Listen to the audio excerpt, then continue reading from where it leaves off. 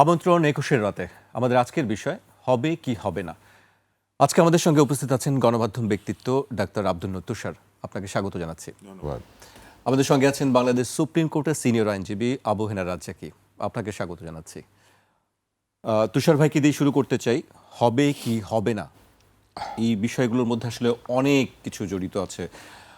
আমরা আজকে সারাদিনের যদি ঘটনাগুলো উল্লেখ করি, যে ক্রিকেটারদের একটি অবস্থান আছে, অনড় অবস্থানে আছেন, তারা মাঠে আজকে খেলা গড়ায়নি। পরিচালকের পদত্যাগের দাবিতে তারা অনড় রয়েছেন। তামিম ইকবালকে নিয়ে বিতর্কিত মন্তব্য করেছিলেন সেই ইস্যুতে। আরেকটি বিষয় দেখেছি, আমরা গতকালকেও দেখেছি, ঢাকার গুরুত্বপূর্ণ পজিশনে অবস্থান নিয়েছেন ৭ কলেজের ছাত্ররা। তারা তাদের যে দাবি, সেই দাবি নিয়ে তারা অবরোধ পালন করছেন। সেটিও একটি বিষয় যে কোনটা হবে কোনটা হবে না। এর বাইরে রাজনীতি, ভোটের বিষয় তো আছেই।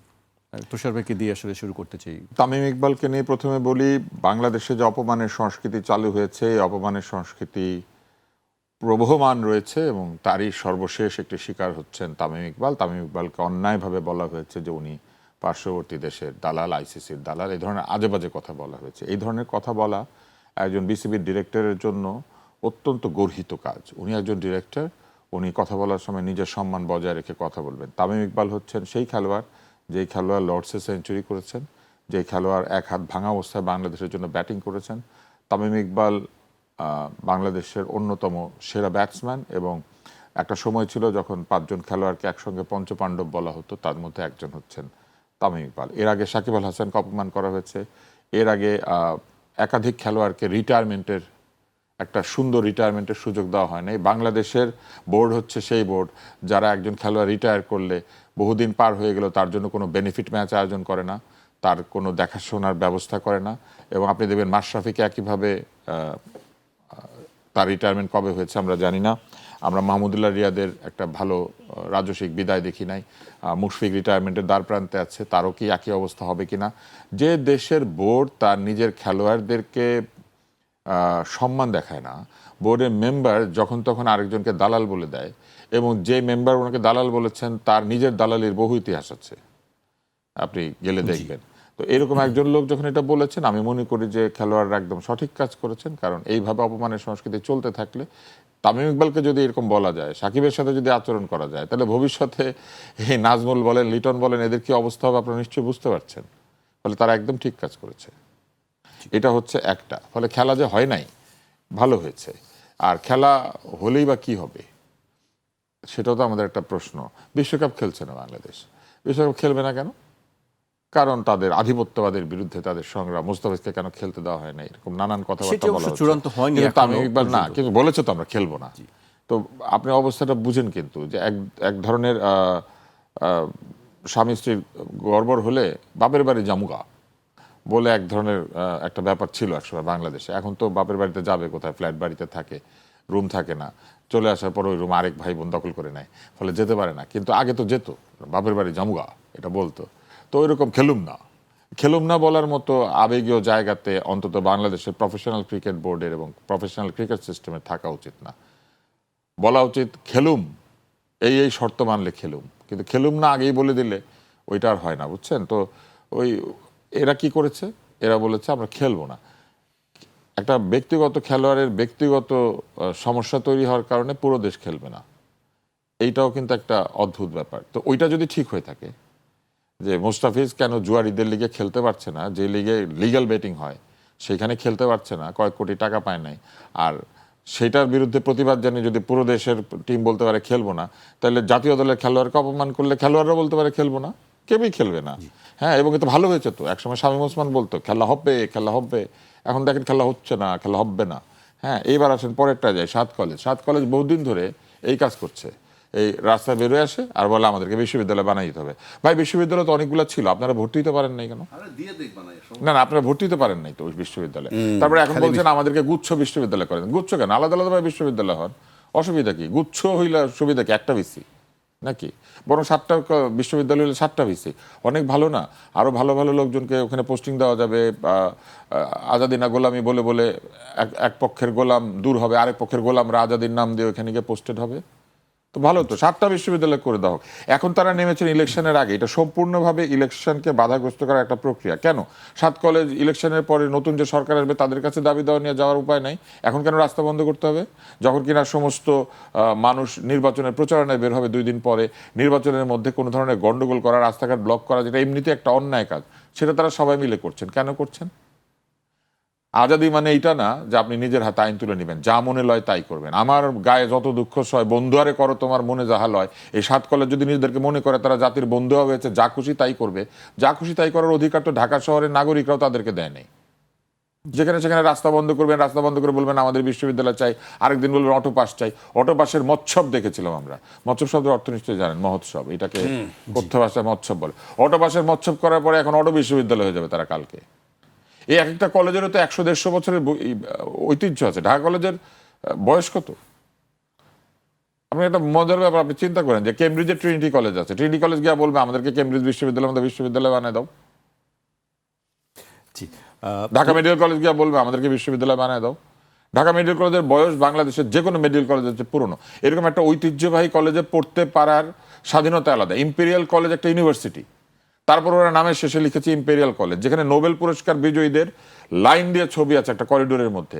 ডক্টরেট করার পরে যারা ওইখান থেকে পিএইচডি করে তারা ওইখানে গিয়ে লাইন দিয়ে ছবি তোলে যে এই বিশ্ববিদ্যালয়ে মানে 10-12 জন নোবেল বিজয়ী আছে, ফিজিক্সের নোবেল বিজয়ী আছে, কেমিস্ট্রির নোবেল বিজয়ী আছে, মানে তাদের অনেক নোবেল বিজয়ী।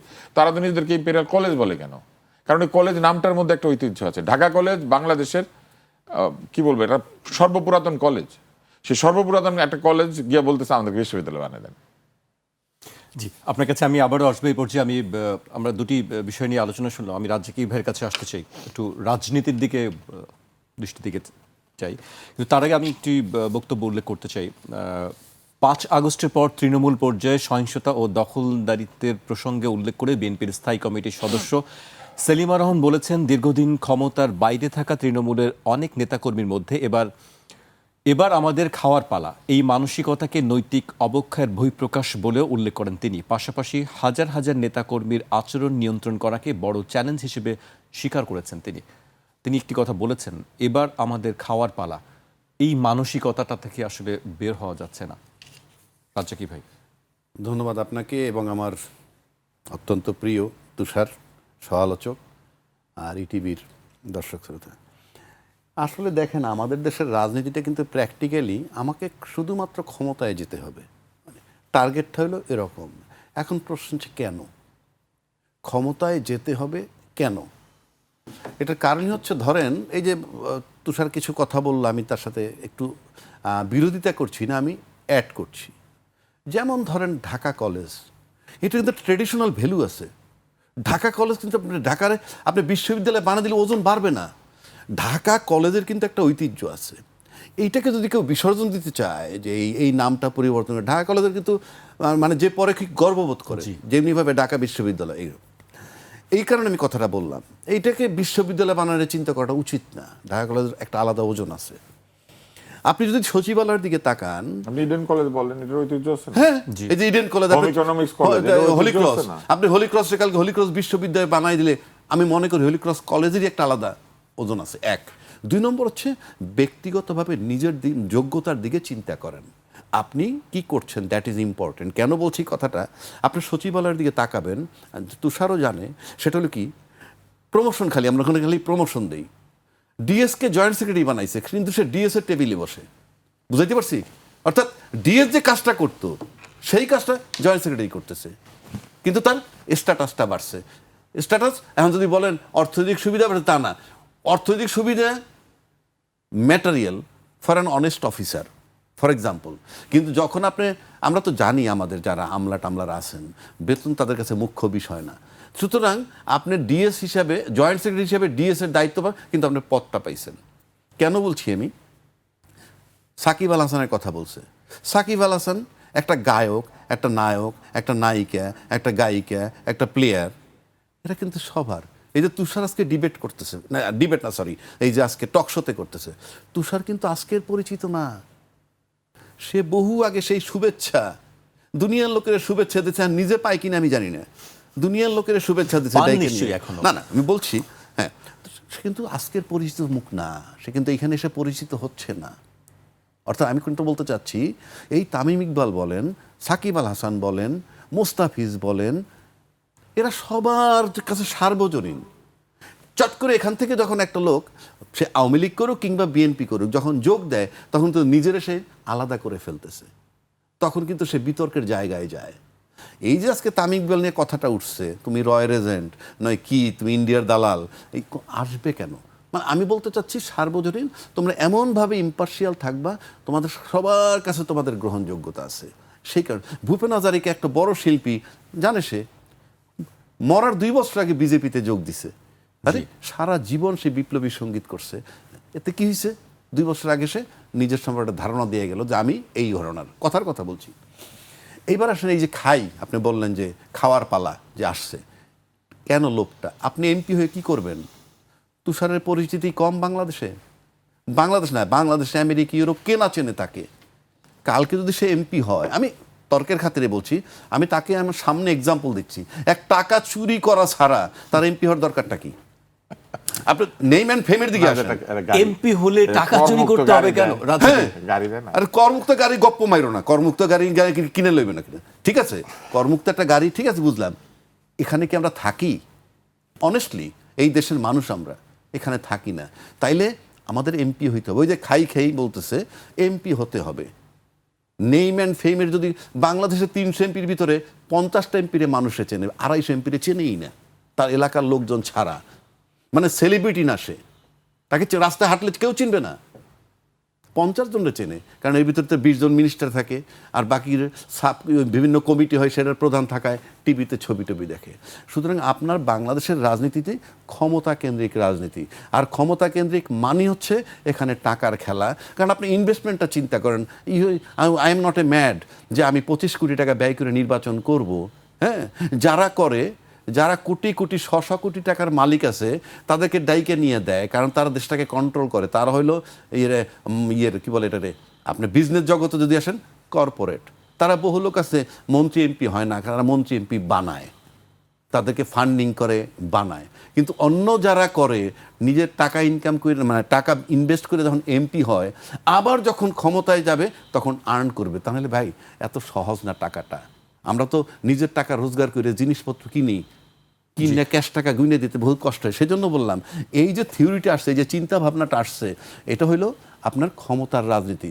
ক্ষমতার কাছাকাছি যেতে হবে, ক্ষমতার কাছে গেলে আপনি এনশিওর্ড। আপনি যত দল দেখেন, যে দল যত বেশি বড়, যে দলের সমর্থক যত বেশি বড়, আপনি নিশ্চিত থাকেন সেই দলের বেকারের সংখ্যা তত বড়, তত বেশি। তো বেকার রাজনীতিবিদরা প্রতিষ্ঠিত হয় কেমনে? আমরা বহু রাজনীতিবিদের কাহিনী শুনি, টকশোতে না ইনকাম টিনকাম দেখানো হয়, জিজ্ঞেস করা হয়, চার্জ করা হয়, যাকে নরম পায়, যার কিন্তু একটা হেভি ওয়েট, কেউ রে ডাইকাই নেই, ইন্টারভিউ নেওয়ার ক্ষমতাই নেই বাংলাদেশে, যে ভাই আপনি ইন্টারভিউ দেন, আপনার সোর্স অফ ইনকাম কি, হোয়াট ইজ ইউর বিজনেস।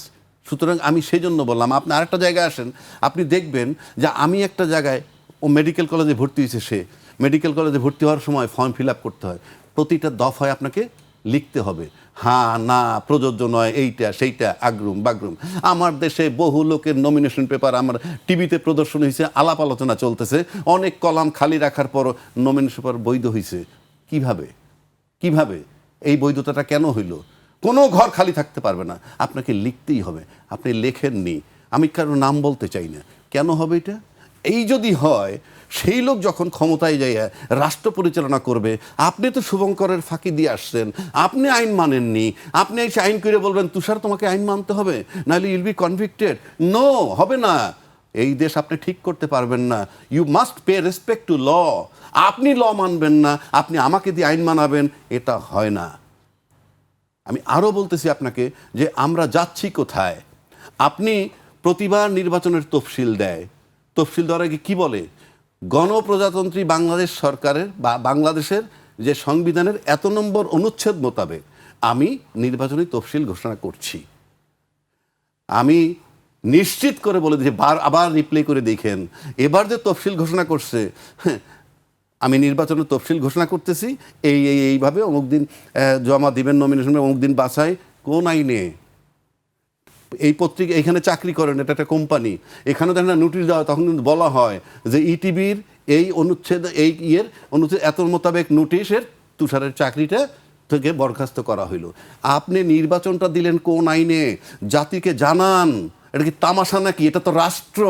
আপনি চিঠি লিখে একটা ঘোষণা করে দিয়ে আপনি নির্বাচন, who are you, by whom you are authorised, under which law you have declared this election, এই যে কি বলে শিডিউল।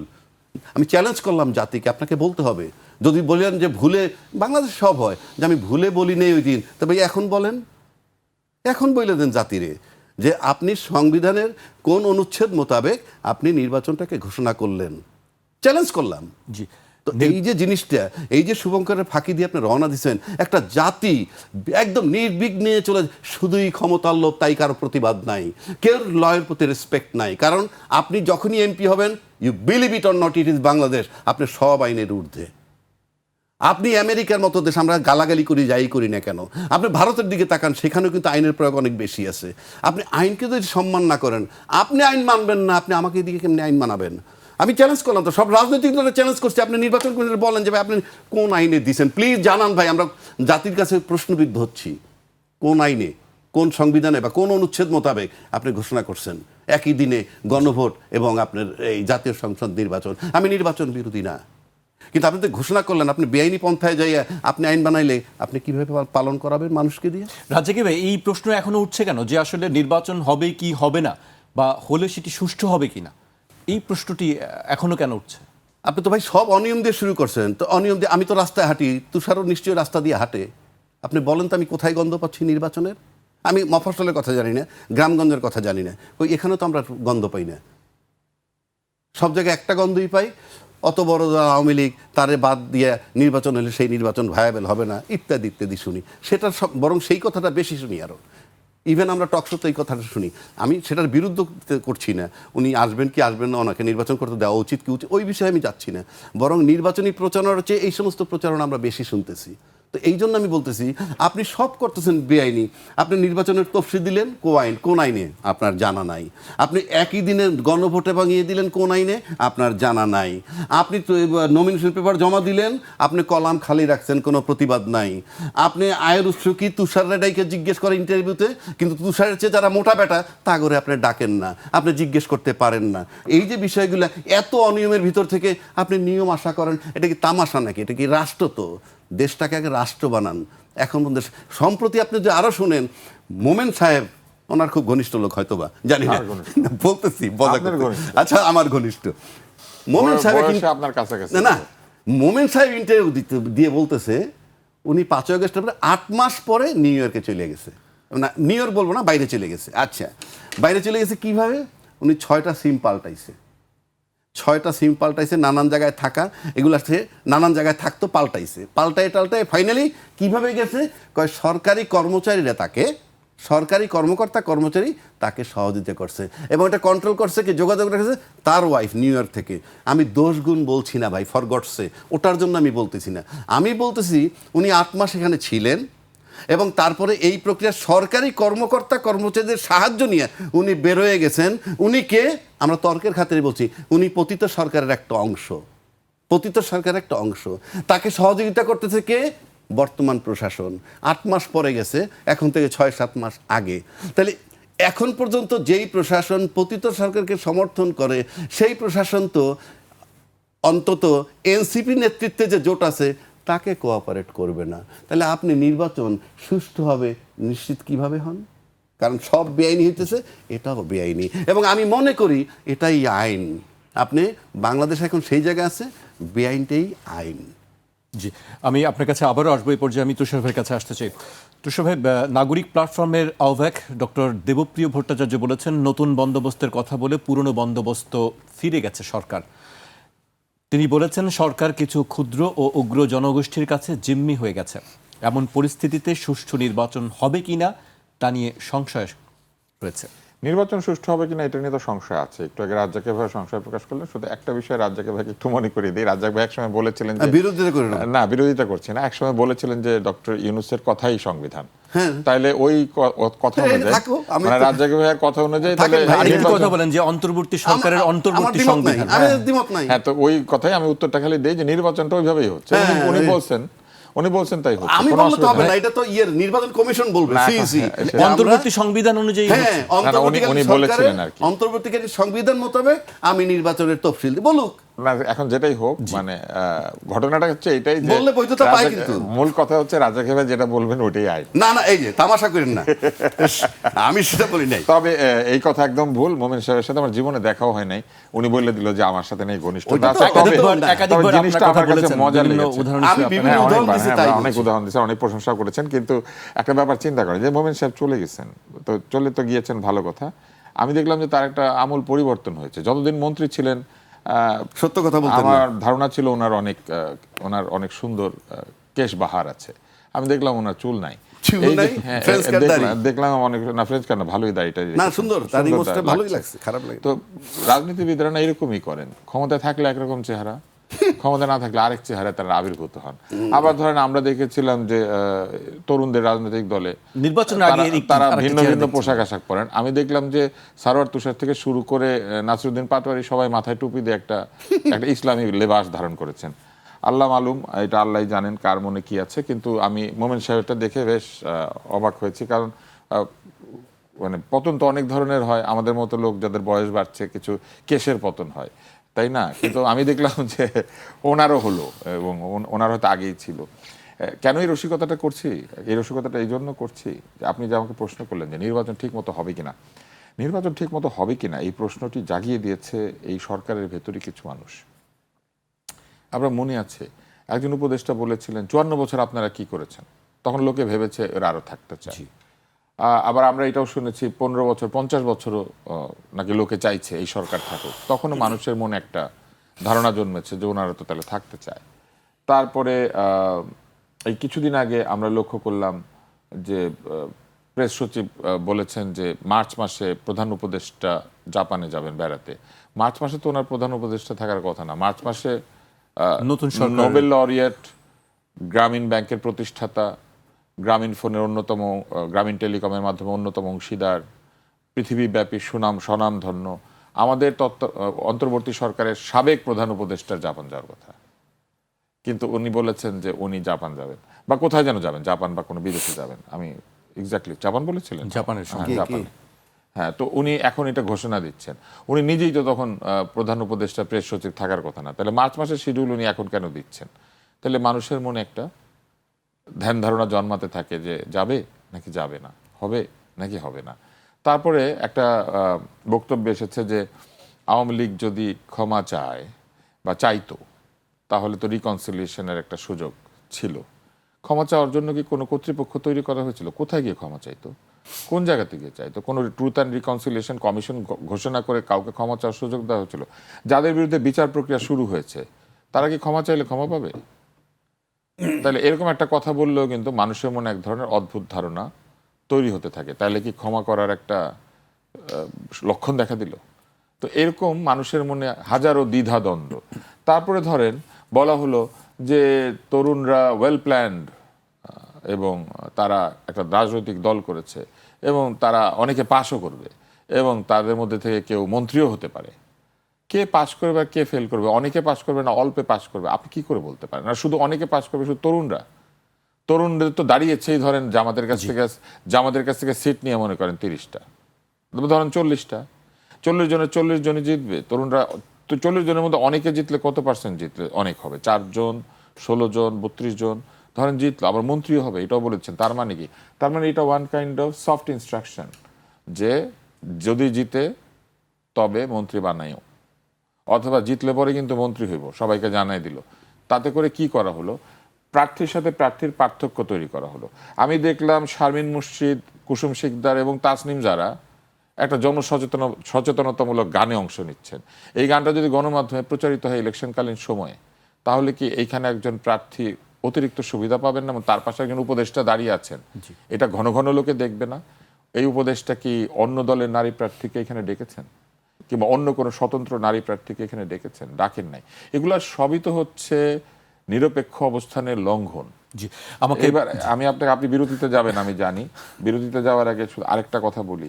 এই যে এত সব প্রশ্ন উত্থাপিত হচ্ছে, এত সব প্রশ্ন উত্থাপনের সুযোগ কারা তৈরি করে দিচ্ছেন?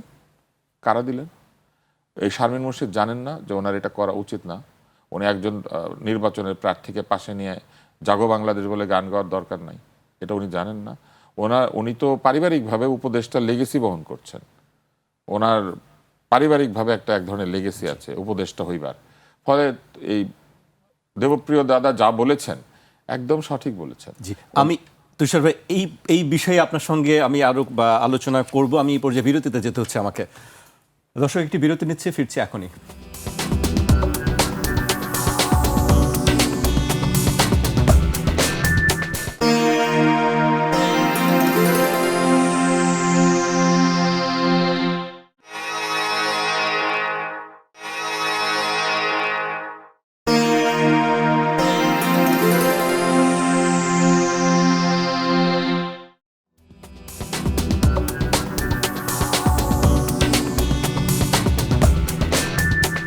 বিরতির পর আবারও স্বাগত। আপনারা দেখছেন ২১-এর রাত। আমাদের সঙ্গে আছেন গণমাধ্যম ব্যক্তিত্ব ডাক্তার আব্দুল নূর তুষার এবং বাংলাদেশ সুপ্রিম কোর্টের সিনিয়র আইনজীবী আবু হেনা রাজ্জাকি। তুষার ভাই, আমি রাজ্জাকি ভাইকে দিয়ে শুরু করি নাকি ওই বিষয়ে কথা বলতে? ভালো লাগে, অনেকবার আমার নাম বলছে, আমার ভালো লাগছে না, আমার খুবই ভালো লাগছে। না শেষ করুন। আমার শেষ করার কিছু না, আপনি বলেন। না, বলবো কি, আমরা তো হ্যাঁ বলেন। আমরা প্রায় একই ধরনের কথাবার্তাই আজকে বলছি। জি, আমি ওই বিষয়ে আসি। আসলে কি পুরনো বন্দোবস্তর দিকে কি আমরা ফিরে যাচ্ছি? ভাই, আমি একটা জেনুইন কথা বলি, শুনে আমার কথা একজনে শুনলে শুনবে, না শুনলে না শুনবে, সেও কিছু কথা বলে শুনলেন না শুনলে না। আমরা কিন্তু এখানে আসি টু সাম এক্সটেন্ট আলোচনা করতে। এটাই একটা আবার অনেক সময় বিতর্কের ফর্ম নেয়। যেমন আমি একটা কথা বললাম, সে কাউন্টার দিল, বা সে বিনয়ের সাথে কিছু, এটা এক ধরনের বিতর্ক, এতে কোনো দোষ নাই। আমরা তো একটা আসছি কেন, যারা শুনবে তাদের যদি কোনো এটা তো একটা আনন্দ, একটা আনন্দ যে আমরা বলছি, কিন্তু এখন সেই আনন্দটা আসলে রাজনৈতিক দলের মধ্যে নির্মিত হওয়া উচিত। আমাদের মধ্যে কোনো শত্রুতা নাই, বাইরে যারা শত্রুতা তৈরি করে। হ্যাঁ, যেমন ধরেন জোটের নির্বাচন হচ্ছে। আপনি যদি আদর্শগতভাবে চিন্তা করেন, জোট হইতে পারে after election, not before election. Exactly. তার খাইচ্যত একটা, আমার খাইচ্যত একটা। একদম ঠিক। খাইচ্যত কইলাম এক করে, যাতে মানুষে বুঝে।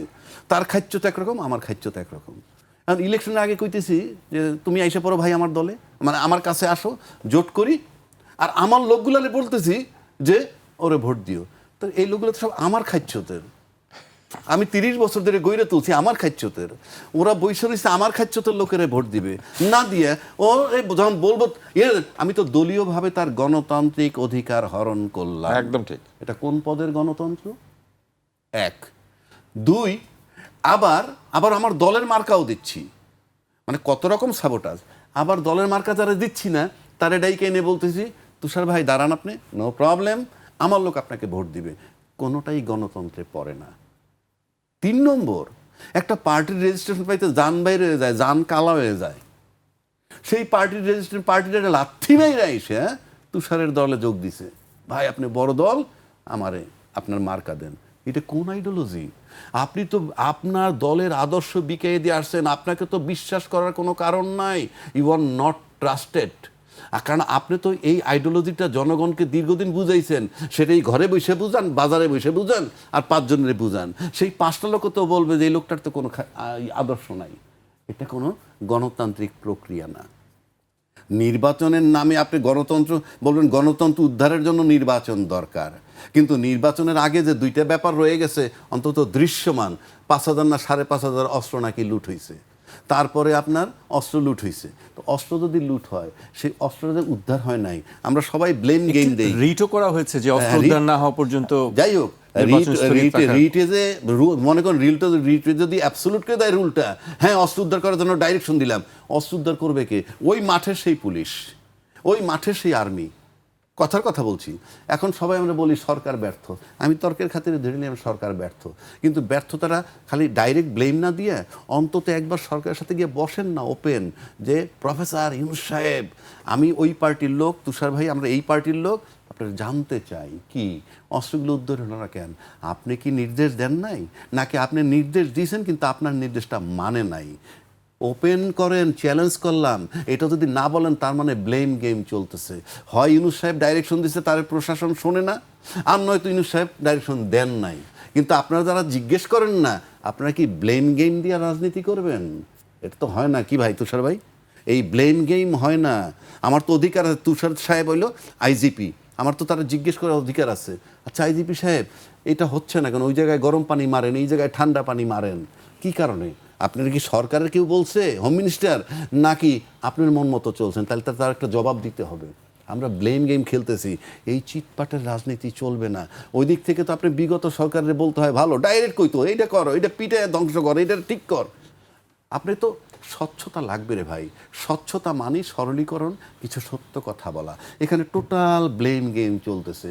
এর ব্লেম দেয়, ও এর ব্লেম দেয়, ঘুরে ফিরে একটা কথা হলো ইউনূস সাহেবের তাড়াইতে হবে। আমার কাছে বর্তমানে যেটা মনে হয়, আমাদের দেশে এই মুহূর্তে রাজনীতিটার মেইন উদ্দেশ্য, নির্বাচনের যে মেইন উদ্দেশ্য, নির্বাচনের মেইন উদ্দেশ্যের ক্ষেত্রে যদি আপনি যান, তাহলে যেই পরিস্থিতিগুলো বললাম, একটা পরিস্থিতিও নির্বাচনের পক্ষে না আজকে পর্যন্ত।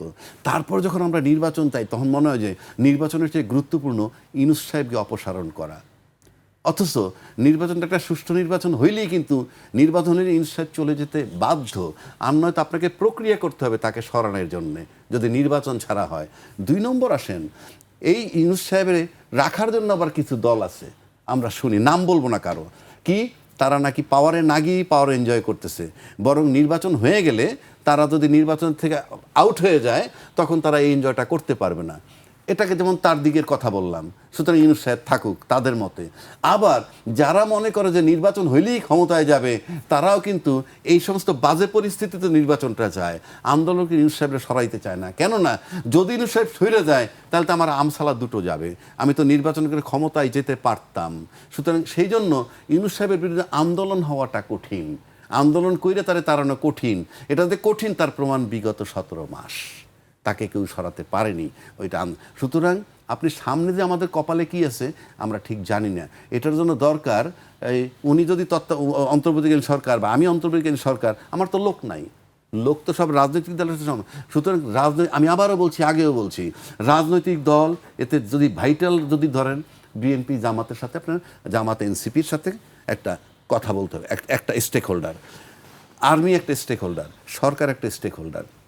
ঐক্যমত্য যদি 3 জন না হয়, এই ঐক্যমত্য যদি না হয়, তাহলে আপনার এখনও আমাদের নির্বাচন নিয়ে শঙ্কা আছে।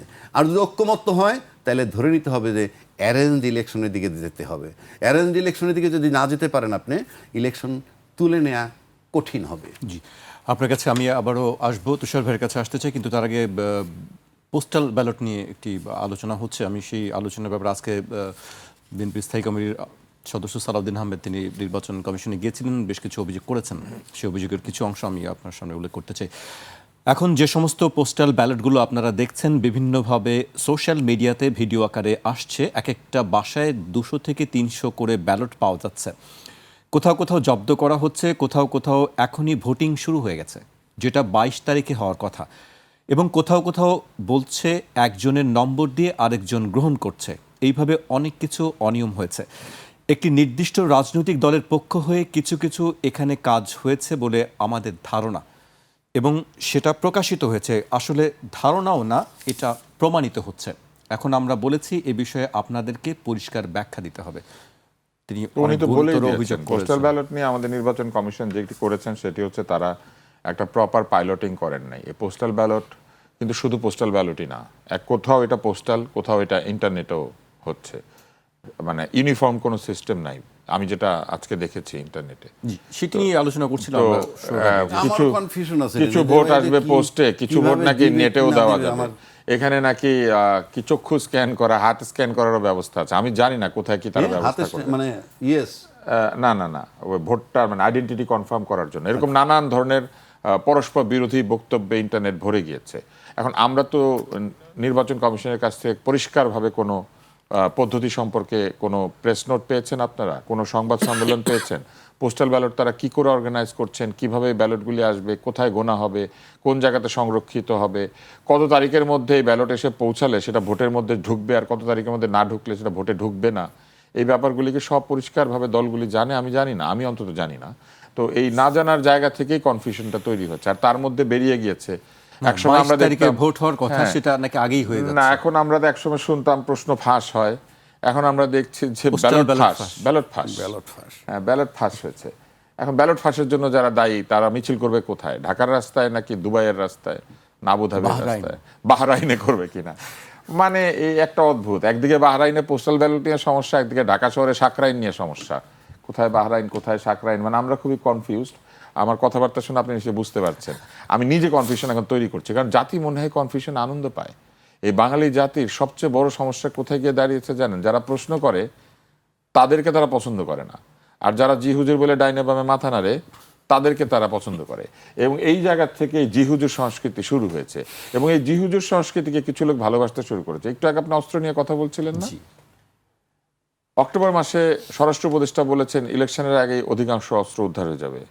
আর ফেব্রুয়ারি মাসে সদ্য প্রাক্তন উপদেষ্টা, যিনি এখন একটা দলের হয়ে নির্বাচনের কমিটি চালাচ্ছেন, মানে নির্বাচন প্রচারণা কমিটি, পরিকল্পনা কমিটি চালাচ্ছেন, সে আসিফ মাহমুদ সজীব ভুইয়া ফেব্রুয়ারি মাসে বলেছিলেন, ছাত্রদেরকে কথা দিয়েছিলেন যে সরকার এমন ব্যবস্থা নেবে যে সমস্ত অবৈধ অস্ত্র অধিকাংশই উদ্ধার হয়ে যাবে। ইত্তেফাকে এটা রিপোর্ট আছে, ছবি সহ। ফেব্রুয়ারি মাসে তিনি এটা বলেছিলেন। এই তো ফেব্রুয়ারি মাসের কথাও টিকে না, অক্টোবর মাসেও কথা টিকে না। কবে এটা উদ্ধার হবে, কতটুকু উদ্ধার হবে? আমাদের তো সব অস্ত্র যে উদ্ধার হবে না এটা আমরা সবাই জানি, কারণ একদিকে অস্ত্র উদ্ধার হয়, আরেকদিকে আবার নতুন অস্ত্র প্রবেশ করে কোনো জায়গাতে, এক জায়গায় ঢুকে আরেক জায়গায় চুরি হয়।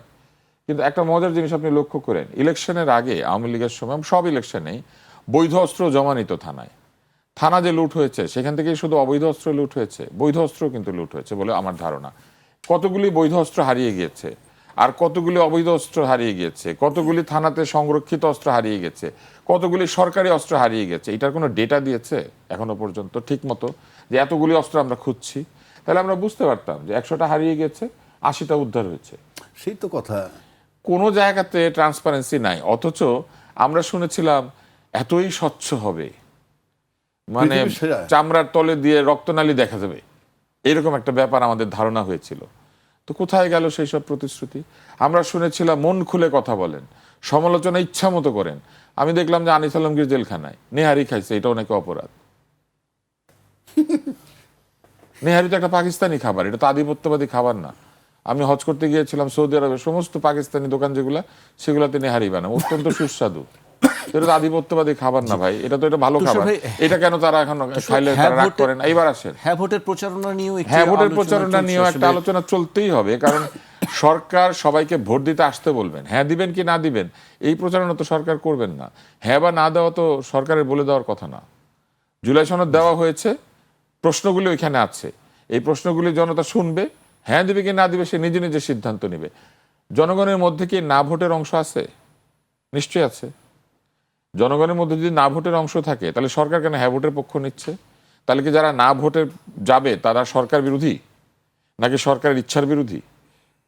না, আমরা অবশ্য এটা আপনি দেখিনি ব্যালটটা আসলে কেমন। জুলাই সনদ করে যদি মানুষের কাছে এটা পছন্দ অপছন্দের ভিত্তিতে ছেড়েই দেন, তাহলে মানুষকেই বলেন পছন্দ করে কি অপছন্দ করে এটা বলতে। আপনি কেন এটার জন্য গিয়ে তদবির করবেন?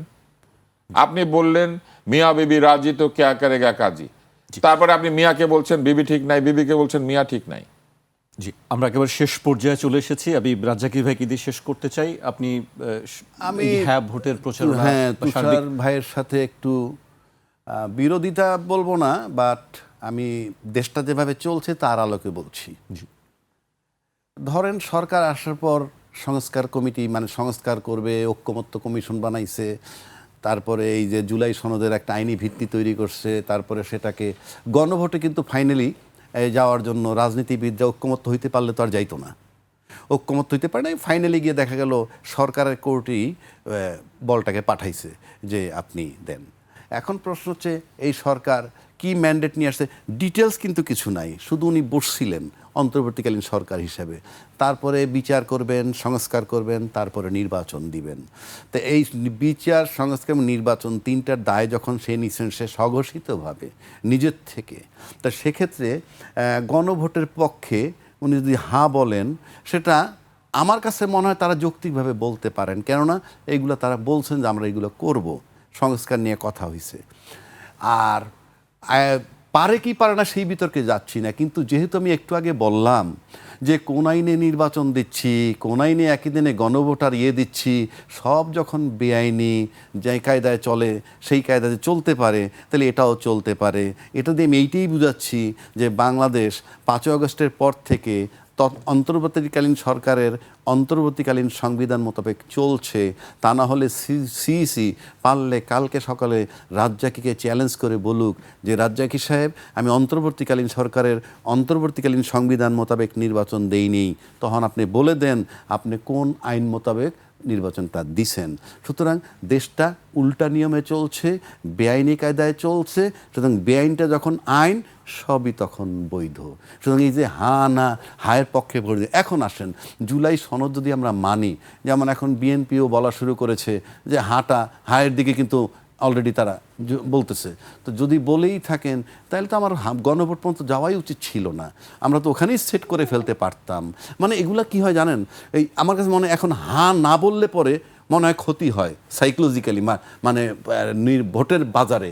কারণ 5ই আগস্টের পরে কিন্তু আওয়ামী লীগ তো চলেই গেল, আওয়ামী লীগ চলে গেছে, কিন্তু 5ই আগস্টের পরে আওয়ামী লীগ 15 বছর যে ছিল, অন্য কোনো দলের অস্তিত্ব রাজনৈতিকভাবে মাঠে ছিল না।